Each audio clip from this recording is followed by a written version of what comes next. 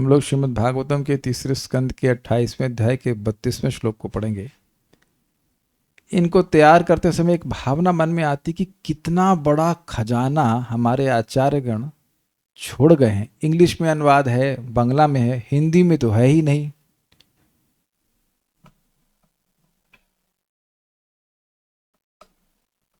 कि अब तो बात ठीक होगी।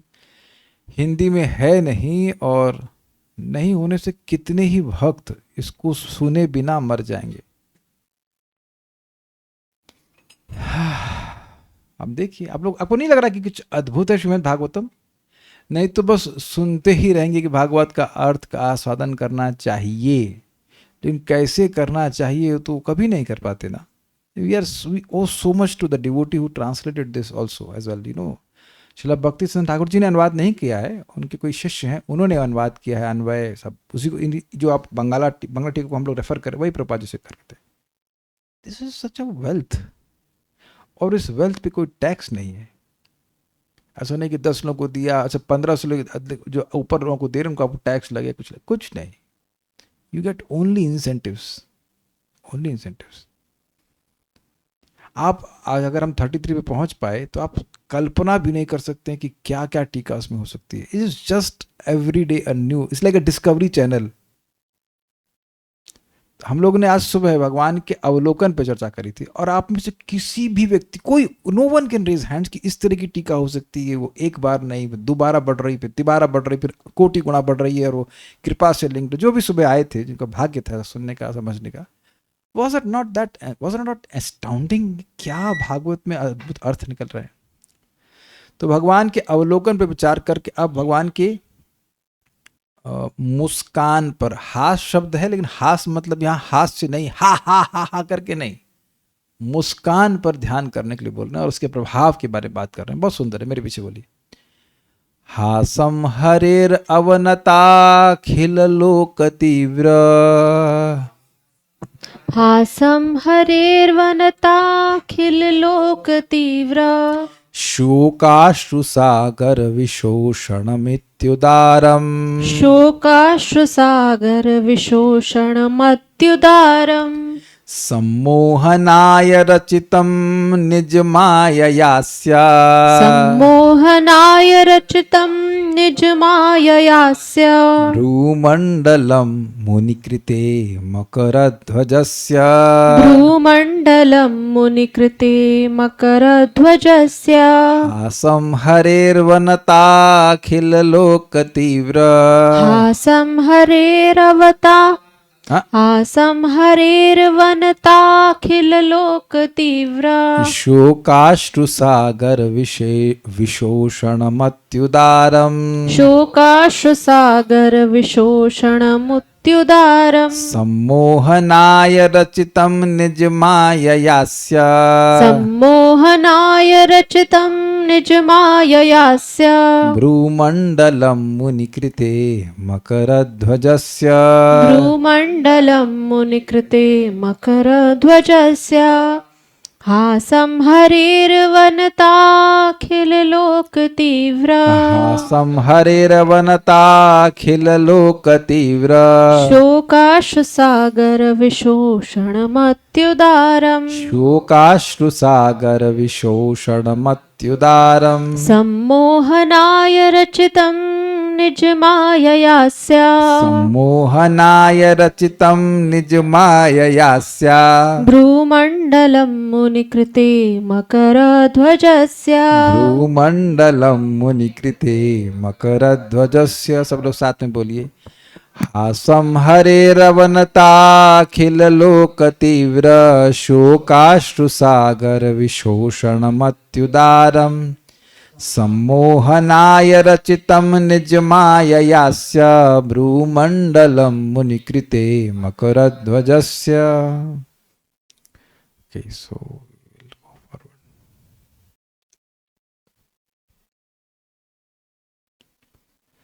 इसी प्रकार मतलब जैसे पिछले श्लोक के अनुसार भगवान के कृपा युक्त चितवन पे ध्यान कर रहा था योगी, उसी प्रकार योगी को भगवान श्री हरि की उदार मुस्कान का ध्यान करना चाहिए। ध्यान देना होगा कि पिछले श्लोक में स्मित, स्निग्ध स्मित, अणुगुणितम, अनुगणितम, भगवान की मुस्कान पे भी ध्यान था, क्योंकि भगवान की मुस्कान उनके स्नेह को सूचित कर रही है और वो स्नेह उनके कृपावलोकन में आ रहा था, तो मुस्कान पे भी ध्यान जा रहा है। इसी प्रकार योगी को भगवान श्री हरि की उदार मुस्कान का ध्यान करना चाहिए। उदार मतलब दाता, उदार मतलब जनरस ना, तो उसलिए कह रहे हैं उदार मुस्कान का ध्यान करना चाहिए। तो प्रश्न होगा मुस्कान को उदार क्यों कह रहे हैं? क्यों कह रहे हैं? क्योंकि जो घोर शोक से उत्पन्न उनके अश्रुओं के समुद्र को सुखाने वाली है, जो उनको नमस्कार करते हैं।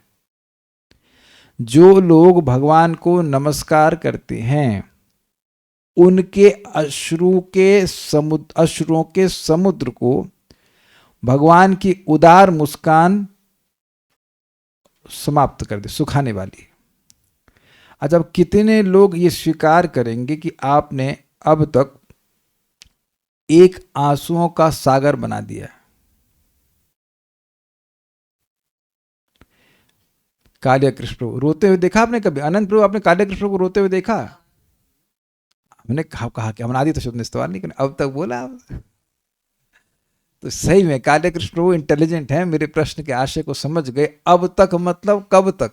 अनादि काल से अब तक अगर एक जन्म में एक बूंद आंसू जो मतलब बहाए, तो अब कितने आंसू हो गए वेदवादिनी? गुणा कीजिए। अनादि काल से हर जन्म में अगर एक आंसू बहाए,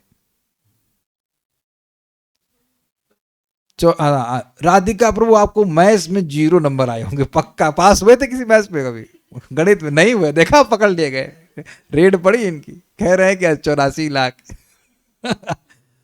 अब वैसे इसमें कुछ गलती ये भी है कि हर योनि में शायद रोते ना हो, चींटियां शायद ना रोती हो, लेकिन कुछ प्राणी तो रोते से, बंदर तो रोते हैं, जो मैमल से तो रोते हैं, मछलियां भी रोती होंगी यहां तो लग रहा है। क्या कह रही हैं आप? गाय के आंसू आते हैं? वेदवादी हमसे शादी होने के बाद कितनी बार रोई हैं आपको? कोई साहब है रो देती हैं, लड़कियां रोती हैं, क्या कर सकते हैं?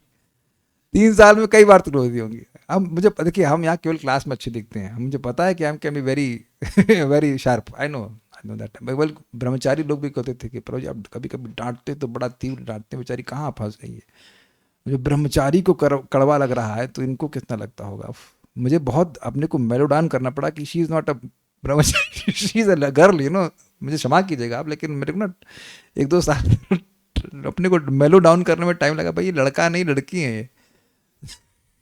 तो धीरे धीरे थोड़ा मेलो हुए हैं, इसलिए आई टू चेस्टाइज ब्रह्मचारी लगे anything, I don't want to remember, but बहुत रो जाते थे भक्त लोग, कभी कभी रो जाते थे, मतलब दुखी हो जाते थे, दुखी तो हो जाते थे पक्का।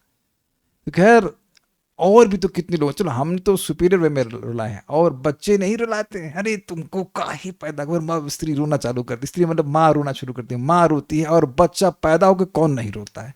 नहीं रोता तो थप्पड़ मार के रुलाते हैं, है कि नहीं? ये रो क्यों नहीं सर, रो क्यों नहीं रहा? मारो इसको, मारो, रुलाओ। तो पैदा होते ही रोते रहते हैं। यहाँ तक कि देखिए, जिन लोगों के पास पैसा नहीं आता वो सोचते हैं जो पैसा आता है वो लोग खुश हो जाते हैं, लेकिन जिनके पास पैसा आता है वो रोते हैं कि टैक्स देना पड़ रहा है।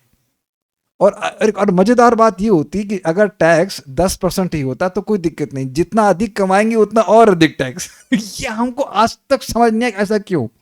सोचिए, आप मेहनत करके 30 लाख कमाए तो आप ब्रैकेट में आके 30% के, तो 30% गवर्नमेंट ले जाएगी, और वो सब गाय की सेवा में और वैष्णव की सेवा में नहीं लगाने वाली है। कितना दुख लगेगा बताइए। आप नहीं कमा पाए कोई बात नहीं, लेकिन हमें लगता है कि जो लोग 30%, 38% देते होंगे, कितना उनको कष्ट लगता होगा।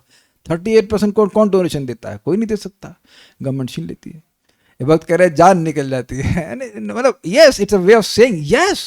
Is it? क्या ये शोक नहीं होता? इतनी मेहनत करके पैसा कमाया, भैया पैसे को बही प्राण कहते हैं। 40% प्राण तो गवर्नमेंट पी ले रही है, खींच रही है। बही प्राण कहे दुष्ट महाराज। तो मैं खाली उदाहरण दे रहा हूं यहाँ पर कि रो ही रहा है, वस्तुतः रोता ही रहता है, रोता ही रहता है, tension tension tension tension tension. तो भगवान की मुस्कान क्यों उदार है? शोक का अश्रु केवल एक जन्म का नहीं है, अनादि काल से रो रहा है जीव, रो रहा है, रोता जा रहा है, वो सब भगवान की मुस्कान सुखा देगी। और सुखाती कैसे है? उसको आचार्यगण समझाते हैं, उसको आनंद के समुद्र में डाल करके। देखिए केवल अश्रु सूख गए, सॉरी अश्रुओं का सागर सूख गया, उससे प्लस नहीं सुनाई पड़ रहा है। लेकिन नमक के सागर से मतलब जो आंसू का सागर नमकीन होगा कि नहीं? क्यों राधा रमन प्रभु, नमक का सॉरी आंसुओं का सागर नमकीन होगा, ये क्लियर समझ में आ रहा है? कैसे पता आपको? ऐसे ही हूँ, सब यहाँ हूँ पार्टी में हूँ, क्योंकि आंसुओं का टेस्ट नमकीन होता है, ये तो पता होगा। कभी कभी बहुत रोए होंगे तो आंसू मुंह में आ जाता है नमकीन भी लगता है। अग्रीड? तो सब इतने विज्ञान तो समझ लीजिए। तो वो नमकीन जो सागर है वहां से उठा करके आनंद के सागर में निमज्जित कर देते हैं। क्या श्लोक हम लोग गाते हैं?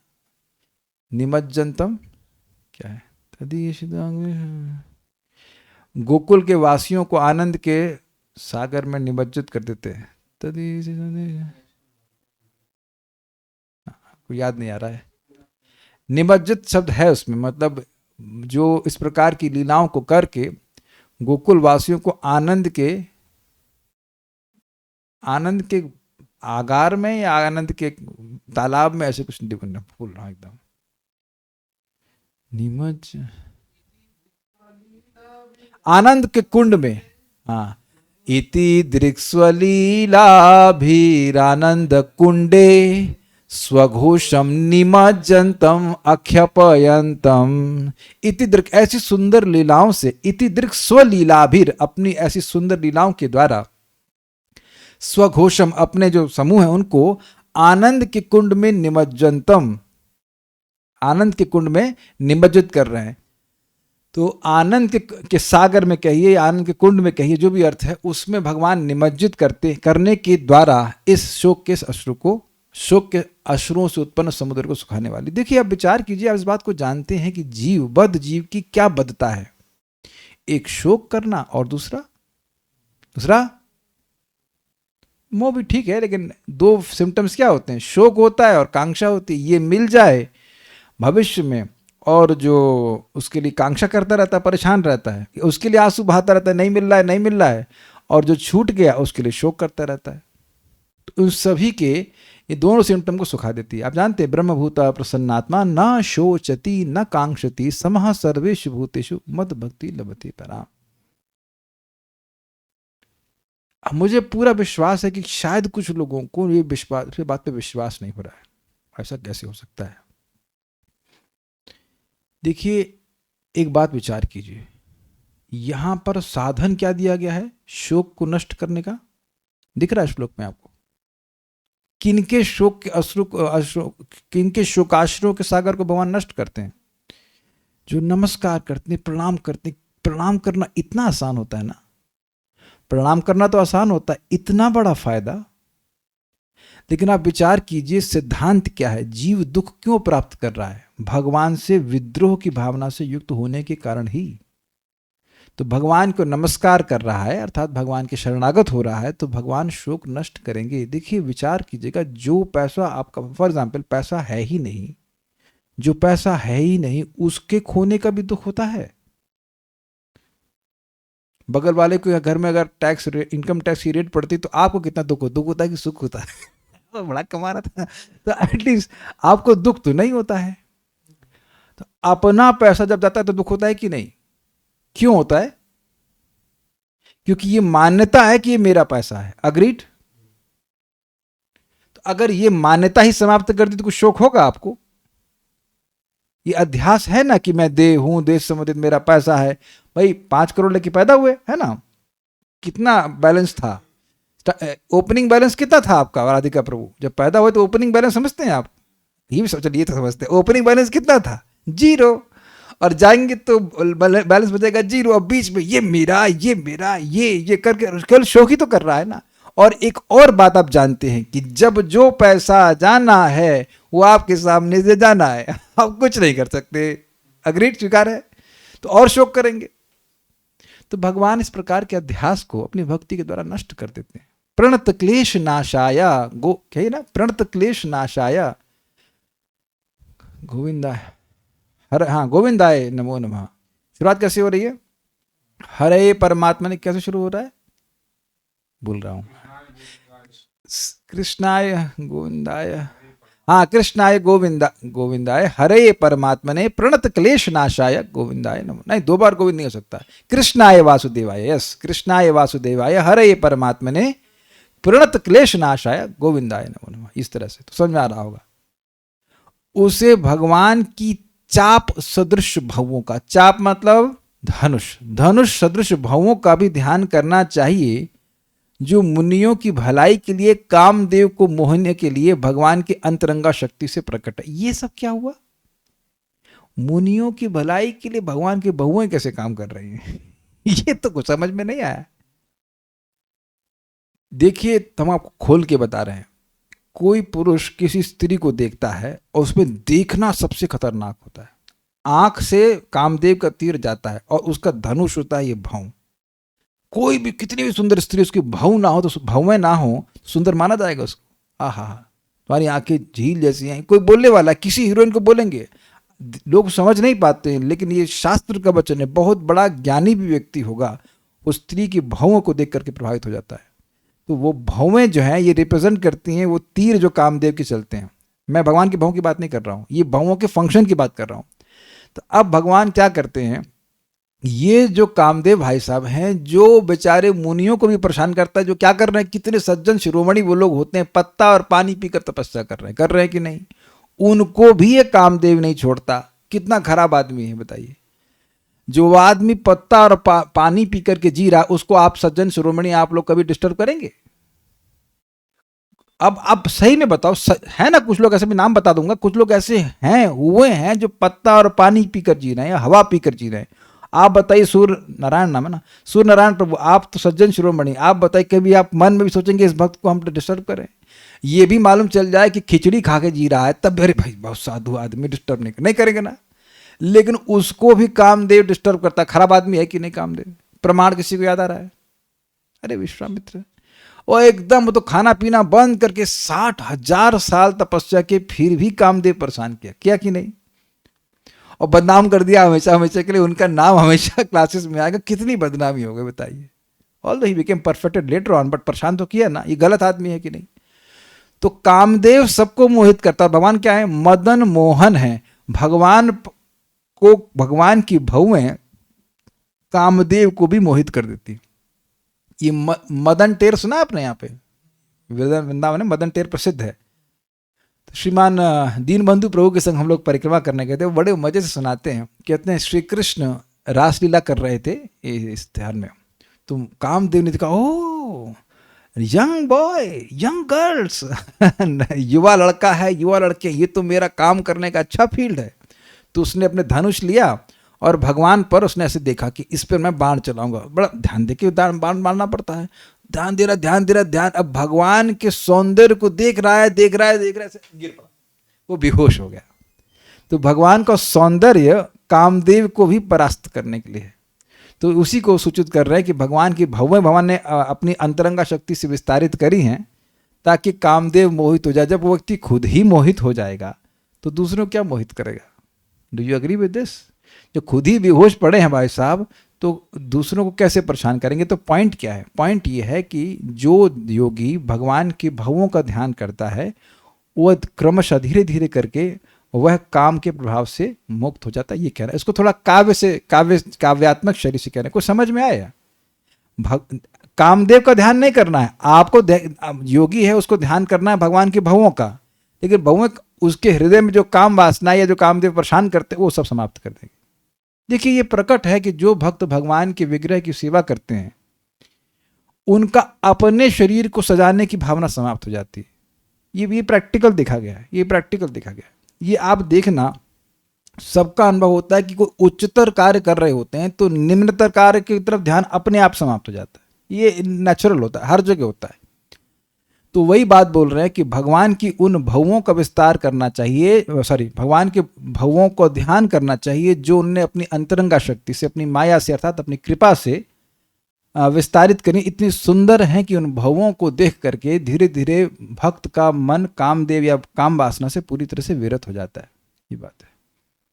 डिनर में ही समाप्त हो जाएगा, ब्रेकफास्ट तो कल ही करेंगे। अगला श्लोक मतलब कल करेंगे, अभी अन्वय देखते हैं। हरे हासम, भगवान श्री हरि की। हरि शब्द क्यों कह रहे हैं? हरि क्यों कह रहे हैं? अगर देखिए, अगर आपने अनुवाद किया इसका तो 50%, और संस्कृत भी बोल नहीं बंगला भी बोल दी तो 100% नंबर। हरि शब्द का क्या अर्थ है? सही बोल रही है, आगे बोलिए। आधा तो बोल दिया आपने, और याद कब किया भी तो आपने जो बोला था। इन्होंने कहा प्रेम दिया हरे मन, सही है, वेरी गुड। पहला वाला, वाह, दोनों माता जी को 50%, 50% इनको, 50% दोनों ले जाएगी, कोई दिक्कत नहीं। सर्व अमंगल हरे, प्रेम दिया हरे मन। क्लियर हो गया? इसीलिए हरे शब्द, देखिए ऐसे ही नहीं बोलते हैं। जब आप अपने बच्चे को नालायक बोलती हैं तो मतलब बोलती है अगर, तो किसी कारण से बोलती है ना। तो किसी को कोई शब्द बोलते हैं, शाबाश या कुछ भी बोलते हैं, तो उसके पीछे आशय होता है। ऐसे यहाँ पे अच्युत क्यों नहीं बोल रहे हैं? अच्युत हंस नहीं बोल रहे, हरे बोल रहे हैं, क्योंकि शोक को हरने का इफेक्ट भी यहाँ पे दिखाया जा रहा है। दिखाना पड़ेगा ना। जीव का मंगल यही है ना कि वह सच्चिदानंद घन होते हुए भी रोता रहता है ना। अगर दीपक रोता रहे कि मैं अंधकार में हूं, तो अब ये इसका अमंगल हुआ कि नहीं? तो हरे मतलब भगवान हर प्रकार के अमंगल, स्पेशली शोक रूपी अमंगल को हरने वाले हैं, और भगवान का अपना प्रेम देकर के प्रेम के सागर में, आनंद के सागर में डुबोने वाले, इसलिए हरे। ठीक है। भगवान श्री हरि के हासम, हास्य का ध्यान करें। अखिल लोक, जो समस्त अवनत प्रणत जनों के तीव्र शोक, भयंकर शोक से उत्पन्न अष्ट सागर विशोषणम, आंसुओं के सागर को सुखा देता। दिस इज ब्रिलियंट भाई साहब, this is brilliant use of words. अब जरा विचार कीजिएगा। पहले शब्द अखिल लोक, आप ये देखिए कि इस जगत में कोई एक व्यक्ति किसी एक व्यक्ति के एक कारण से उत्पन्न हुए शोक को नष्ट नहीं कर पाता। स्वीकार है? जो लोग डिप्रेस होते हैं वो रोते रहेंगे, मैं रोते रहेंगे, जॉब नहीं लगी, ये नहीं लगी, वो नहीं लगी। हो सकता है कि 5-6 लोग मिल करके भी एक व्यक्ति के शोक का नाश ना कर पाए। किसी का, जैसे मैं बता रहा हूँ, एक माता जी हैं, उनका बच्चा छोड़ के चला गया उनको। अब समझाइए उनको, आज तक ना समझ पाएंगे, उनका शोक जा ही नहीं रहा है। मरा भी नहीं है, खाली छोड़ के चला गया है, और वैसे उनका है भी नहीं, मतलब तो वह ज्ञान से रो रही हैं। आज तक भी बोलते प्रभु जी आप ला के दीजिए। मैंने कहा जेब में लेके घूम रहे हैं क्या जो आपको ला के दें? कैसे ला के दे भाई? नहीं जानता मैं कहाँ गया। तो अब ये विचारणीय बात है। अखिल लोक मतलब दुनिया के और सारे ब्रह्मांड के सारे लोग अगर भगवान की शरणागत हो गए तो भगवान अकेले ही सभी का शोक नष्ट कर देंगे। इसीलिए बच्चे या अपने शिष्य या जो कोई भी हम जिनको हम इन्फ्लुएंस कर सकते हैं, उनको समझाना चाहिए कि बेटा भगवान को प्रणाम करो, भगवान की सेवा करो, भगवान तुम्हारे शोक को नष्ट करेंगे। Does that make sense? बहुत पावरफुल बात है भगवान की। अब इसको समझना चाहिए, आसान बात है। जैसे हमारे घर का बल्ब हमारे रूम को प्रकाशित कर सकता है, आपके घर का, आपके रूम को, लेकिन सूर्य कितने लोगों को प्रकाशित दे सकता है? सभी को। तो एक सूर्य देवता सबको प्रकाश दे रहा है, यानी एक व्यक्ति सभी को प्रकाश दे सकता है। इसका उदाहरण आपके सामने है कि नहीं? तो इसमें आश्चर्य नहीं करना चाहिए कि अकेले भगवान सभी के शोक को नष्ट कर सकते हैं। कृष्ण सूर्य सम माया है अंधकार। उम्मीद है कि बात समझ में आ रही होगी। ये भगवान के अद्भुत सामर्थ्य को सूचित करता है कि केवल प्रणाम करने से, केवल उनकी शरणागति को स्वीकार करने से वह सभी लोगों के पाप को नष्ट, सभी लोगों के शोक को नष्ट करता है। एक और इंटरेस्टिंग बात है, शोक में का इफेक्ट आपने महसूस किया है अपने हृदय में? Let's see who can guess this. भाई अच्छा, कौन व्यक्ति है जो शोक नहीं किया है? पहले ये बता दीजिए, हाथ खड़ा कीजिएगा। ठीक है, सबने किया है। अब शोक के समय हृदय में फीलिंग कैसी आती है? कोई कैच कर पा रहा है? चलिए, नहीं कैच पा रहा। हाँ, शोक होने पे भय? नहीं नहीं नहीं। भारीपन? नहीं। This not the. सोचते शोक आप ऐसा महसूस करते हैं जैसे आपको सुखाया जा रहा है, और उसका प्रमाण दे रहा हूं भगवद गीता में। यद इंद्रियम, क्या से करके श्लोक है, मतलब मेरी इंद्रियां सूख रही हैं। याद आ रहा है? किसी ने गीता का दूसरे अध्याय में शुरुआत में बोलते ना कि ये शोक मुच्छो क्षणमिंद्रियाणाम अवाप्य भूमा वसमत असप्रत्न वृद्धम राज्यम सुराणाम अधिचाधिपत्यम। कि ये शोक जो है ये मेरी सारी इंद्रियों को सुखा रहा है। तो जिसका काम है पूरे जगत के सभी लोगों को सुखाना, यहां तक कि अर्जुन जैसे महान योद्धा को भी सुखा देना, उस शोक के महान सागर को भगवान की मुस्कान सुखा देती है। तुम सुखाओगे हमारे जीव को, हम तुमको सुखा देंगे। समझ में आया? It is amazing. The drying agent gets dried up. अच्छा, अब आप देखो, ये ठाकुर जी की कृपा है, ये सब सोच के नहीं आए थे ना, हमको देखा था। आप कहेंगे आप बोल रहे हो, हम बोल ही नहीं रहे, ठाकुर जी बुलवा रहे हैं। आई कैन, झूठ नहीं बोलना भगवान जी, आप ही करवा रहे हो। आई कैन जस्ट, ये मैं सोच के नहीं आया था, दिखाई नहीं था मेरे को जो तैयारी करते हैं, इसलिए तो मजा आता है क्लास देने में कि भगवान क्या प्रकट करवाएंगे। ये सोचा ही नहीं था भाई, ये सोचा ही नहीं था। अब कुछ गलती हो रही तो बताओ आप, शास्त्र के अनुसार है कि नहीं, सुखाता है कि नहीं। अर्जुन बोल रहे हैं तो उसके उपलक्षण से आप लोग भी बोल ही रहे हैं। मैं एकदम रियलाइज कर पा रहा हूँ इस बात को, जो एकदम क्लियर अनुभव किया था शोक का, वो था जब मेरा आईआईटी में सिलेक्शन नहीं हुआ था। यद्यपि मेरी तैयारी अच्छी नहीं थी, फिर भी शोक हो रहा था, मेरे मित्रों का हो गया, मेरा नहीं हुआ, मेरा नहीं हुआ। I was crying. हो गया बाद में अलग बात है, लेकिन जब नहीं हुआ तो रोता है ना व्यक्ति, शोक शोक शोक। तो जो सबको सुखा रहा है, भगवान करे जो सबको सुखा रहा है उसको नहीं सुखाना चाहिए। तो जो केवल प्रणाम करने से, देखिए प्रणाम का मतलब है भगवान, प्रणाम करना, भगवान की शरणागति स्वीकार करना, भगवान की सेवा करना। और आप प्रैक्टिकल देख लो ना, भक्ति करते हैं तो क्या फर्क पड़ता है, दोनों क्या मिला नहीं मिला, अपने को भक्ति करने के मिल गया, जप करने के मिल गया, शांति हो जाती। आप सब लोग ये बताओ, जो लोग भी सुबह जप अपना पूरा करते हो, कुछ संतुष्टि का अनुभव करते हैं कि नहीं? और उनमें से खुदा ना खास्ता किसी एक भक्त का जप हो ना पाए, तब कितना खराब लगता है। जो लोग जप करते हैं और कथा नियमित रूप से सुनते हैं, वो स्वयं ही एक ऐसी संतुष्टि का अनुभव करते हैं कि हमको तो बहुत अच्छी चीज़ मिली है। और इसका प्रमाण है, मैं श्लोक तो नहीं कोट कर सकता, परम पूज्य राधा गोविंद महाराज उसको बोलते हैं कि परीक्षित महाराज बोलते हैं, क्या नाम है उनका, सुखदेव गोस्वामी के गुरुदेव, आज तक मैं केवल जला हूं, लेकिन आज मैं आपसे भगवान की कथा सुन रहा हूं तो मैं सुख का अनुभव कर रहा हूं, जो पूरे विश्व का सम्राट है। और ये बात केवल बोलने के लिए नहीं, इस समय भी आप देखो जो मंत्री हैं, ये ऐसा लगता है सुखी हैं, कांस्टेंट टेंशन में 4 घंटे 5 घंटे बेचारे सो पाते हैं, वो भी जितना उसमें भी चलता रहता है कि हार गए जीत गए, कांस्टेंट टेंशन, कांस्टेंट टेंशन। महाराज बोलते हैं एसी चलता है लेकिन हृदय जलता रहता है, उसका टेम्परेचर डाउन नहीं होता। शोक शोक शोक। मैं कोई को एग्जांपल दे रहा हूँ, आईआईटी में मैं एक सीनियर थे, उनके पास मैं गया बात करने के लिए, वो भी लखनऊ से थे। वो बोल रहे थे कि जब सिलेक्शन नहीं हुआ था शुरुआत में, तो किसी के नंबर अच्छे आते तो उन्हें कोई दिक्कत नहीं है। बाई फाइनल ईयर उनका percentile sir 9.6, very high in IIT Kanpur, very high कर। लेकिन मुझे इसका 9.7 मिलता सुनता हूँ तो मुझे शोक होता है, अरे यार मेरा तो कम रह गया। See people are suffering. तो ऐसे कितने कितनी व्यर्थ की चीजों से जीव शोक कर रहा है। उस सारे शोक के असरों को विशोषण मतलब समझिए, शोषण करना। और वी का मतलब क्या होगा, विशेष शोषण, मतलब ऐसा सुखा देता है कि एकदम उसमें कुछ भी शोक नहीं बचता। मैं एग्जाम्पल देता हूँ, आ रहा है मन में। अच्छा, आप जानते हैं कि वॉशिंग मशीन से कपड़ा सूख जाता है ना, वेदवादी सूख जाता है कि विशेष रूप से सूख जाता है? अरे आपको चाहिए उदाहरण नहीं, कपड़ा आप अच्छा मैं धुलता हूँ, सॉरी मैं तो भूल गया है ना। कुछ सुन रही हैं हम क्या पूछ रहे हैं आपसे?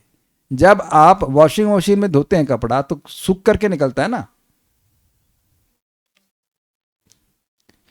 कुछ उसमें रह जाता है, तो उसके बाद आप उस पर डालते हैं ना, छत पे डालते, तब वो विशेष रूप से सूख के आता है। काले कृष्ण को एग्जाम्पल नहीं समझ में आ रहा तो अभी चले जाओ ऊपर डाल के आ जाओ कपड़ा, उसके बाद समझ में आ जाएगा। There is some moistness. तो यहां विशोषण, विशोषण का मतलब है कि जरा सा एक शोक की एक बूंद, एक गीलापन, एक मॉइस्टनेस जरा सा भी बाकी नहीं। क्या कहते हैं उसको, मॉइस्टनेस को क्या कहते हैं हम लोग, सीलापन।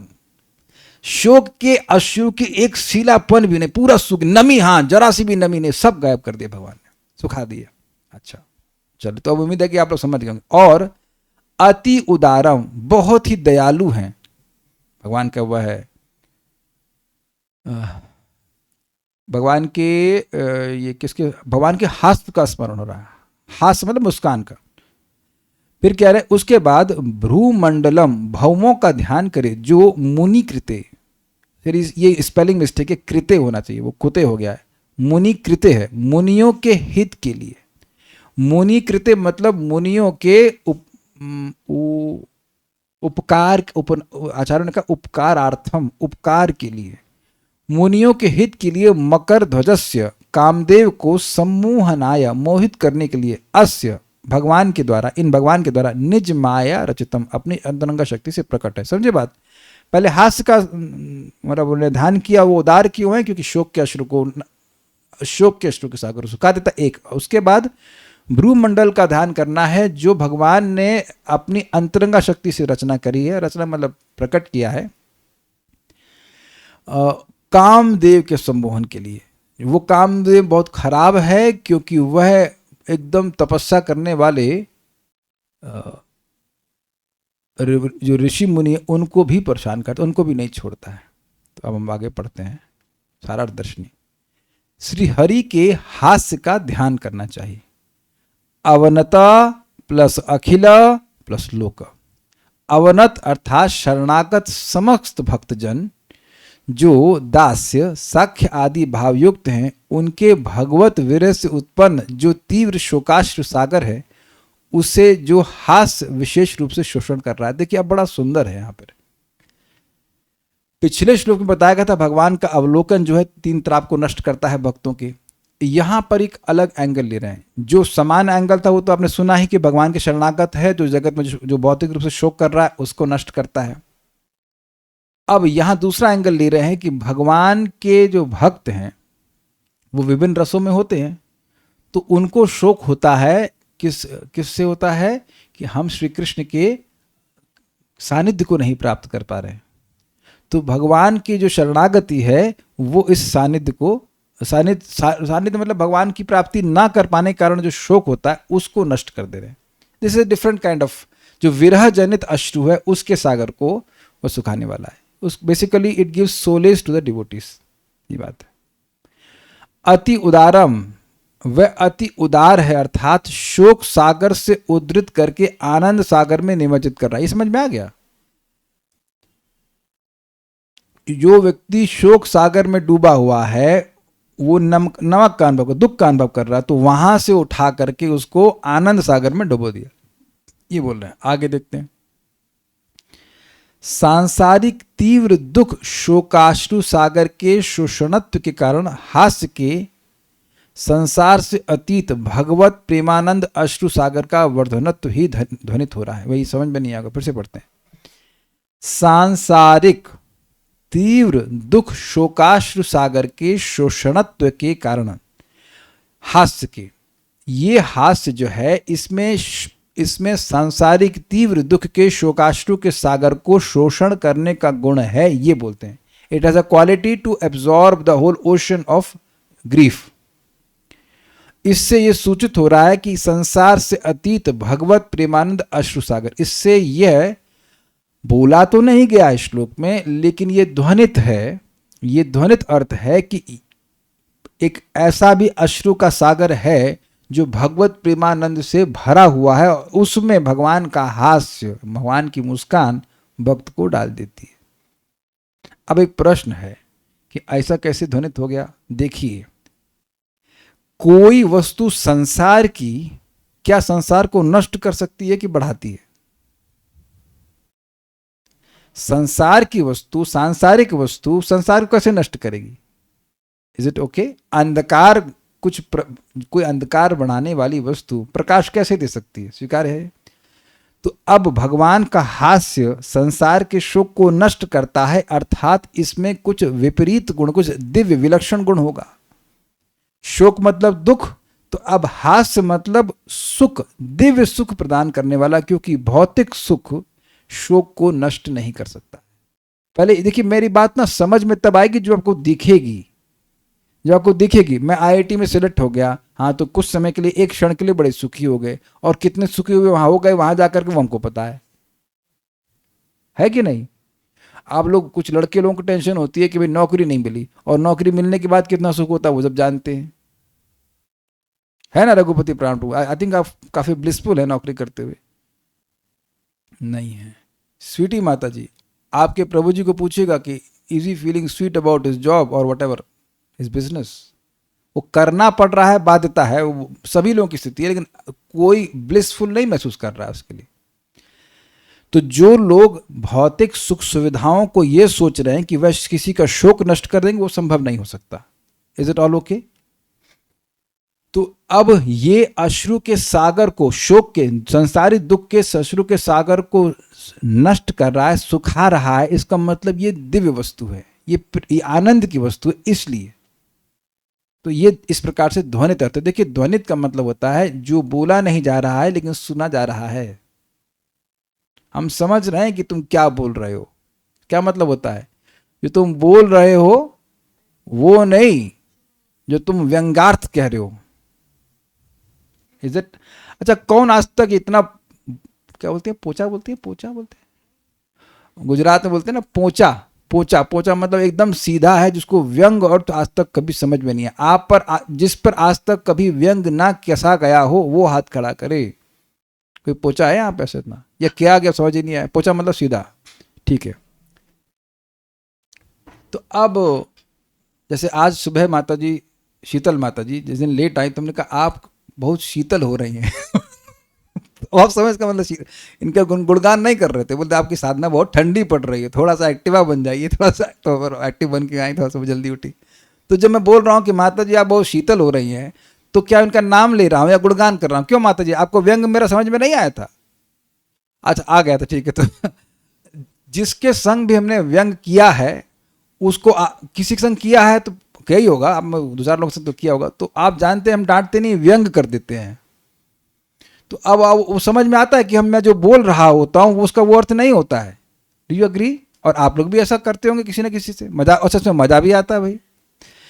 जब आप जो बोल रहे हैं उसके अलावा भी कुछ सुनाई पड़े तो वो बोलने की शैली होती है, that is shows intelligence also. तो यहाँ पर वो इंटेलिजेंस के द्वारा ग्रहण करना पड़ेगा कि यद्यपि यहाँ पर आनंद के आश्रु कोई शब्द आया ही नहीं है, लेकिन समझना होगा कि भगवान का जो हास्य मुस्कान है वो दिव्य, आप जानते हो, समझदार हो, और वो ऐसे आनंद को जागृत करती है कि वो आनंद का वो प्रेमाश्रु का सागर प्रस्तुत कर देगा। ये बात है, ये बात समझिएगा। ये समझना बड़ा मुश्किल है सामान्य लोगों के लिए कि गोपियां रो रही हैं, लेकिन वो ऐसे आनंद में जिसकी कल्पना नहीं कर सकते हम लोग। बाहर से वो सूख भी जा रही हैं ऐसे करके, इतना आनंद में कि आप कल्पना नहीं कर सकते, उनसे अधिक आनंद की कोई अनुभूति नहीं होगी, लेकिन रो रही हैं। तो ये भगवान का हास्य का गुण बता रहे हैं। अब बहुत सुंदर बात कहते हैं, इसके द्वारा उस हास्य का चंद्र रूपत्व होने पर भी उसकी अद्भुतता ही समझनी चाहिए। कहेंगे चंद्रमा तो आया नहीं श्लोक में, हाँ टीका में आया है, पढ़िए। क्योंकि प्रसिद्ध गगन के चंद्र क्षीर समुद्र और क्षार सागर दोनों को ही वर्णित करते हैं। कह रहे हैं कि भगवान की मुस्कान, भाई भगवान के मुख को चंद्रमा से भी तुलना की जाती है, कहीं कहीं ऐसे भी किया गया है। तो जो भगवान की मुस्कान है वह चंद्रमा के समान है, लेकिन एक दिक्कत है कि चंद्रमा दूध का सागर हो और चाहे नमक का सागर हो, दोनों को बढ़ाने वाला होता है। क्या कहते हैं, ज्वार वाटा बोलते हैं, क्या बोलते हैं, है ना। तो वो तो गड़बड़ है। जो बोला यानी कि एक तरह से शोक को बढ़ाने वाला भी है और आनंद को बढ़ाने वाला भी हो, तो एक तरह से जड़ है। जड़ क्या है, वो डिफ्रेंशिएट नहीं कर रहा है। लेकिन भगवान के मुस्कान रूपी चंद्र जो है वो केवल आनंद बढ़ाने वाला, शोक बढ़ाने वाला बिल्कुल नहीं है। कितने लोगों को शोक हो रहा है कि आप भक्ति में आए, काहे फंस गए इस्कॉन वालों के साथ। आप समझ गए ना। हो सकता हो कि आपको शोक हो कि काहे फंस गए इसके साथ, मतलब शादी काहे हो गई, नौकरी काहे कर ली। देखो हम भाई सच बोलते हैं जगत में, जब देखा जा रहा है कि नहीं। जब या कभी कभी ऐसा होता है संतान क्यों होगा इस प्रकार की, आपने सोचा श्रवण कुमार होंगे, ये जीन्स मेरे ख्याल से कभी कभी हिरण्यकशिपु आ जाते हैं, गड़बड़ हो जाता है, क्या कर सकते। तो ये सब होता है, रोते हैं लोग। लेकिन अब भगवान की भक्ति कर रहे हैं, इसमें किसको शोक होगा। एटलीस्ट जो विवेकी भक्त है वो तो ऐसा कभी नहीं कह सकता कि हमको भक्ति मिले क्या है, हमारा नुकसान हो गया यार। I hope you are getting the point. तो आप देख रहे हैं कि भक्ति का प्रभाव कैसा है, बस शोक को नष्ट करने वाला ही है। कथा का प्रभाव क्या है, शोक को नष्ट करने वाला है। तो भगवान की मुस्कान का प्रभाव क्या है, केवल शोक को नष्ट करती है। अर्थात क्षीर समुद्र से उपलक्षण ले लीजिएगा, मतलब से समझ लेना चाहिए कि आनंद के समुद्र को ही बढ़ाने वाले। क्षीर समुद्र में रहते कौन है, किसका समुद्र है वो, भगवान विष्णु का। तो कहने का मतलब है कि आनंद के समुद्र को ही बढ़ाने वाला ये चंद्रमा है। कौन चंद्रमा, भगवान की मुस्कान। क्या, क्षार मतलब नमकीन। श्री हरि के भूमंडल का भी ध्यान करना चाहिए, सॉरी भू नहीं, भ्रू मंडल का भी ध्यान करना चाहिए, जो निज माया, अब बड़ा मजेदार है, माया का मतलब होता है कृपा, माया का मतलब होता है कपट। माया का मतलब कपट होता है कि नहीं? अब देखिए, कपटता के साथ निक्षेप के द्वारा ही सर्वजनों के मोहनकारी कंदर्प के सम्मोहन के लिए रचित हुआ है। मतलब भगवान ने ऐसी कपट, जो कामदेव सबके संग कपट करता है, भगवान उसी से कपट करके उसको मोहित करने के लिए अप निज माया अपने द्वारा स्वयं से कपट कर रहे हैं कामदेव के साथ, और उसको मोहित कर रहे हैं ताकि वह मुग्ध हो जाए और किसी साधु को परेशान ना करे। यदि कहें देखिए किस लिए कंदर्प को मुग्ध करेंगे, तो उसमें कह रहे हैं मुनि कृते, मुनिजनों के उपकार के निमित्त, अर्थात पत्र और जल भक्षण करने वाले, पत्र मतलब पत्ता, जो पत्ता और जल पी के रह रहा है, पत्र और जल भक्षण करने वाले तपस्या रत मुनियों को यह, मुनियों को भी जोड़ लीजिएगा, मुनियों को भी यह कंदर्प यानी काम उद्वेग प्रदान कर सकता है। इस कारण कोपवश ही जैसे उसे विमोहित करने के लिए अपना भ्रूमंडल तैयार किया, यह उत्प्रेक्षा द्योतित हुई है। पहले समझाता हूं क्या बात है। भगवान के भक्त भजन कर रहा है या और भी कोई भजन कर रहा है, जैसे कि अब किस एग्जाम्पल लेते हैं, शौबरी मुनि फॉर एग्जाम्पल, पानी के अंदर वो तो बेचारे पत्र भी नहीं ले रहे थे, कुछ भी नहीं ले रहे थे, हवा भी पहले, हवा भी कैसे मिलती होगी पता नहीं, केवल जल भक्षण कर रहे होंगे, जो कुछ भी है वो जल भक्षण करके 10,000 साल तक तपस्या कर रहे हैं। उनको भी कामदेव डिस्टर्ब किए। तुमको दुनिया में बहुत से कामी हैं, उनको परेशान करो, लेकिन जो भजन कर रहा है उसको भी तो परेशान करता है कि नहीं करता है? तो जो साधु है, जो भक्ति में आगे बढ़ने का प्रयास करता है, उसको सबसे पहले उसका पहला अटैक तो यही होगा। ज्ञानी न नित्य वैरिणा काम रूपेण कौन्तेया दुष्पूरेण न लेना। जो ज्ञानी है, जो इंद्रियों को सीमित करने का प्रयास कर रहा है, उनको भी तो परेशान करता है ना काम। गलत खराब आदमी है कि नहीं? जो व्यक्ति अभी चलो किसी को परेशान नहीं कर रहा, हरे कृष्णा पर, उसको तुम क्या परेशान कर रहे हो यार? कर रहा है, उसकी सेवा है। क्या कर सकते हैं? तो भगवान ने मुनिजनों का उपकार करने के लिए कपटता के साथ निक्षेप के द्वारा ही, यानी कि भगवान ने ऐसा अपने भवों का विस्तार किया है जिसके द्वारा कामदेव भी मतलब मुग्ध हो जाता है। किसी को मोहित कर देना, कपट करना ही हुआ, वो प्रभावित हो जाता है, क्या सिंपल के शब्दों में कहा जाए, ये बात है। अब एक उत्प्रेक्षा वाली बात है कि ये दिखा रहा है कि भगवान कामदेव से क्रोधित हैं कि तुम साधुओं को क्यों परेशान करते हो, ये बात है। अच्छा सोचिए, विचार कीजिए, किसी ने संकल्प लिया कि अब हम शादी नहीं करेंगे, ठीक है, और अब उसको काम कभी प्रसाद नहीं किया, तो उसकी लाइफ कितनी इजी हो जाएगी। जो लोग ब्रह्मचारी रह चुके हैं वो या हैं, तो वो शायद सोचे कि काश हमारे पास भी सिद्धि होती, ये 4 कुमारों वाले की 5 साल से बड़े ही नहीं होते। ज्ञान आ जाता, भागवत क्लास समझ में आती, सब कुछ दे भी देते, लेकिन 5 साल से बड़े ही नहीं होते। तो अब 5 साल में किसको काम सताता है? कुछ नहीं होता है।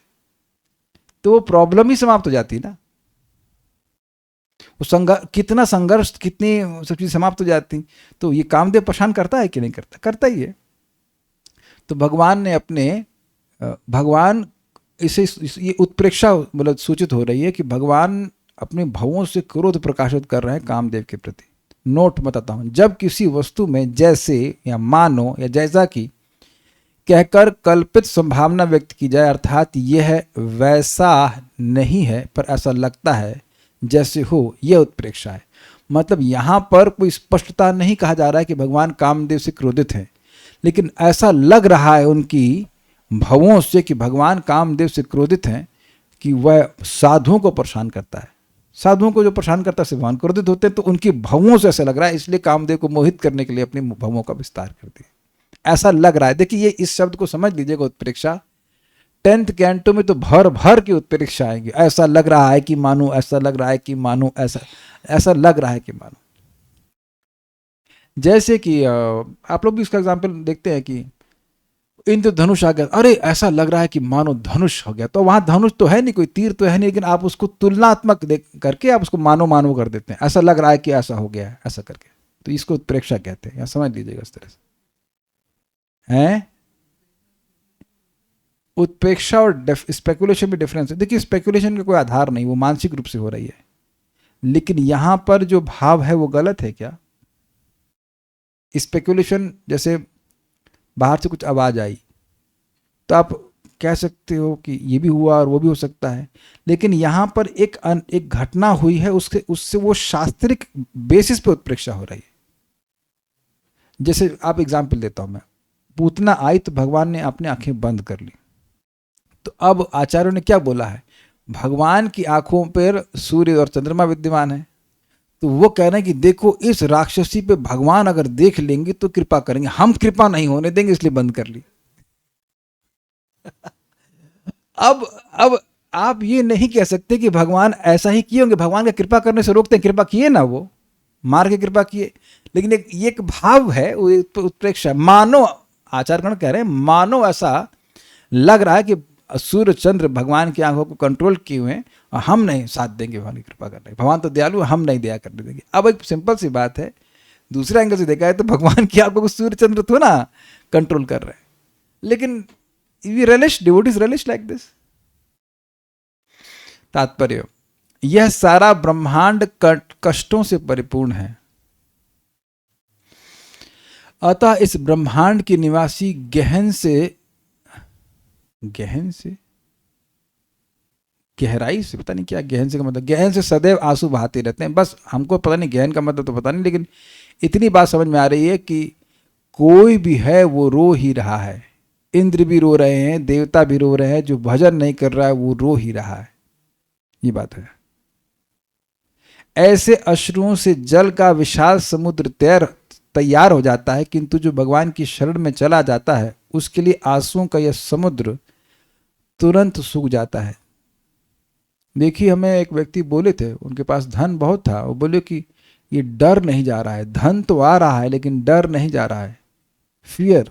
तो जहां भय है वहां शोक भी है और अन्य भौतिक फीलिंग्स भी हैं।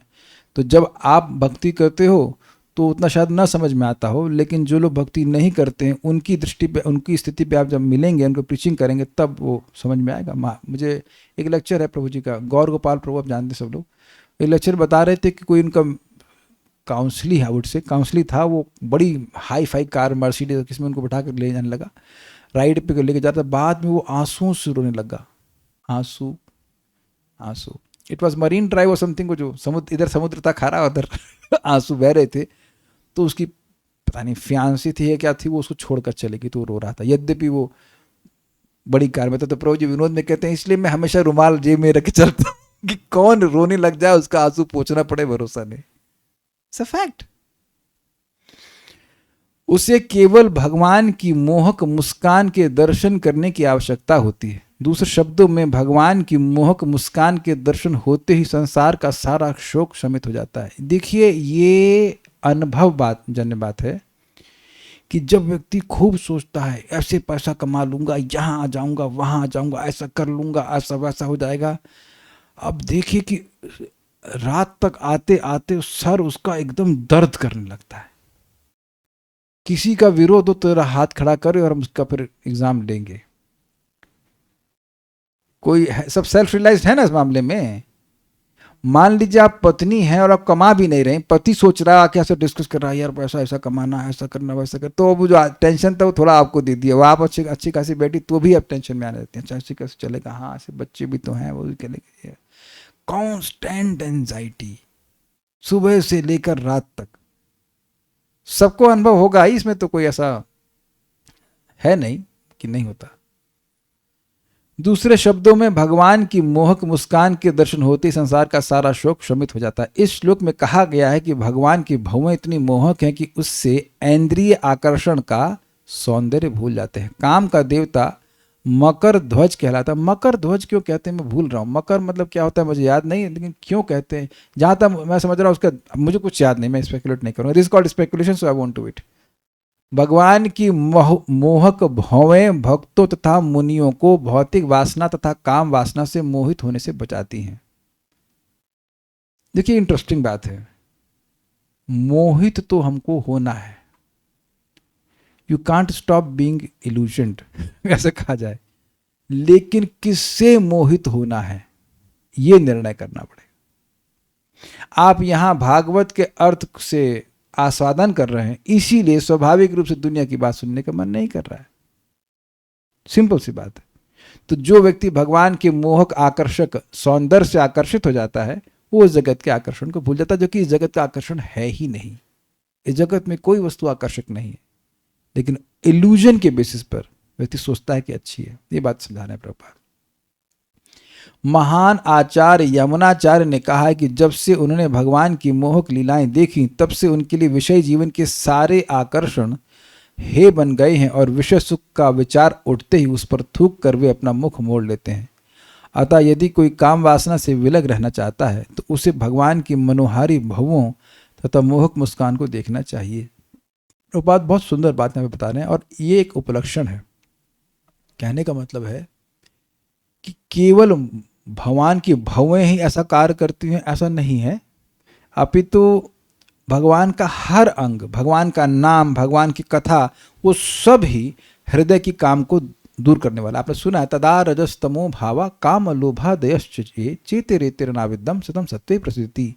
भगवान की श्रवण कथा को श्रवण करने से भगवान अपने आप भक्त के हृदय को पवित्र करते हैं और उसकी हृदय से रजगुण तमगुण नष्ट होता है, तो अपने आप जो उसका इफेक्ट है काम या जो कुछ भी वो सब अपने आप नष्ट हो जाता है।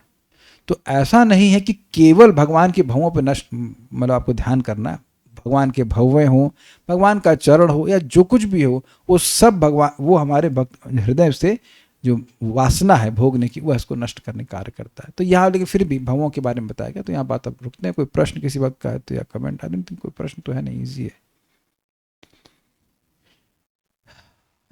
कुछ छूट गया क्या?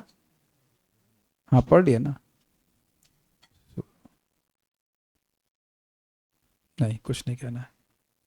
एक बात जरूर कहना चाहता हूँ, देखिए ये बात यामुनाचार्य जी की सबको पता नहीं होगी। यामुनाचार्य जी भगवान की व्यवस्था से राजा बन गए थे। अब राजा को कितना भोग प्राप्त होता है उसकी हम लोग कल्पना नहीं कर सकते, क्योंकि हम लोग राजा हैं नहीं, एटलीस्ट इस जन्म में तो नहीं बने। And is all sanctioned sense gratification, कोई उनको रोक नहीं सकता है। लेकिन वो एक श्लोक में बड़ा स्पष्ट कहते हैं, यद अवधि मम कृष्ण पादार विंदे नव नव रस धाम निरंतम आसीत। जब से मुझे श्री कृष्ण के चरणों से नए नए रस की अनुभूति होने लगी है, तब मैं विषय जीवन के बारे में सोचता हूँ तो शुष्टि मतलब मेरा मुख विकार से युक्त हो जाता है। तो थोड़ा विज्ञान समझिए, भक्ति का Krishna consciousness is plus Krishna not minus Maya. तो जब कभी भी व्यक्ति देखे कि मैं काम से प्रभावित हुआ या कुछ हुआ, तो उसका एक सिंपल सा बात समझना चाहिए कि अभी भक्ति का वह सुख प्राप्त नहीं हुआ है जो कि है, इसलिए इन सब चीज़ों में प्रवृत्त अगर हम लोग गिर भी जाएं तो डोंट बी सरप्राइज्ड। जब इंद्रिय तृप्ति यानी इंद्रिय तृप्ति में गिर जाता है साधक, इन द सेंस कौन सी स्टेज, अनर्थ निवृत्ति में। अनर्थ निवृत्ति में एक स्टेज है, अनर्थ निवृत्ति भक्ति की स्टेज है, उसे कहते हैं विषय संग्रह। तो कभी तो आपको हृदय में लगेगा कि अब बिल्कुल भोग वासना समाप्त हो गई, कुछ नहीं है, अब ओके मैं ठीक हो गया हूँ। लेकिन कितने ठीक हुए कुछ दिन के बाद आपको मालूम चल जाता है, फिर वो आ जाती है और अकस्मात आ जाती है और साधक गिर जाता है। लेकिन इसका मतलब यह नहीं है कि वह भक्ति करना छोड़ दे, यह भगवान ने उसको रिजेक्ट कर दिया है। ये एक प्रोसीजर है, it is part of the procedure. धीरे धीरे करके वो सारी वासनाएं समाप्त हो जाती हैं। ये बात समझने का प्रयास कीजिए। बट होती कैसे हैं? भगवान के भक्ति के प्रभाव से। आप भक्ति के सुख को धीरे धीरे अनुभव करते चले जाएंगे तो अब वो वासना अपने आप नष्ट होंगी। आप और मैं अपनी शक्ति से कुछ भी नष्ट नहीं कर सकते हैं। We are absolutely dependent on the lord. जैसे जब हम भूखे होते हैं तो हमारे संकल्प से भूख नहीं समाप्त होती है, भोजन ग्रहण करने से भूख समाप्त होती है। We are absolutely dependent on food. समझ आई बात? जैसे हमारे पास कोई ऑप्शन नहीं, भूखे हैं तो भोजन करके ही भूख शांत होगी, ऐसे ही जो भी दुर्गुण है वह भगवान की भक्ति करके ही ठीक होगा। और जितनी भक्ति बढ़ी है उतनी मात्रा में नष्ट होगा। क्योंकि आप जानते हैं कुछ चीज़ें हैं जो अब आप छुए भी नहीं हैं और छूने वाले भी नहीं जगत में। वो इतना वैराग्य आपको भगवान ने दे दिया कि नहीं दे दिया, नहीं वो नहीं करना है। और जितना नहीं दिया है उसके लिए आप भक्ति करते रहिए। हम सभी लोग भक्ति करते हैं, अपनी भर्सना मत कीजिए, प्रयास कीजिए इंप्रूव करने का। सभी लोग इंप्रूव कर रहे हैं। And slowly slowly you will see कि Krishna has removed all those things from your heart. तो this is the thing, we will stop here now. Srimad Bhagavatam की जय, श्रील प्रभुपाद की जय, निताई गौर प्रेमानंदे।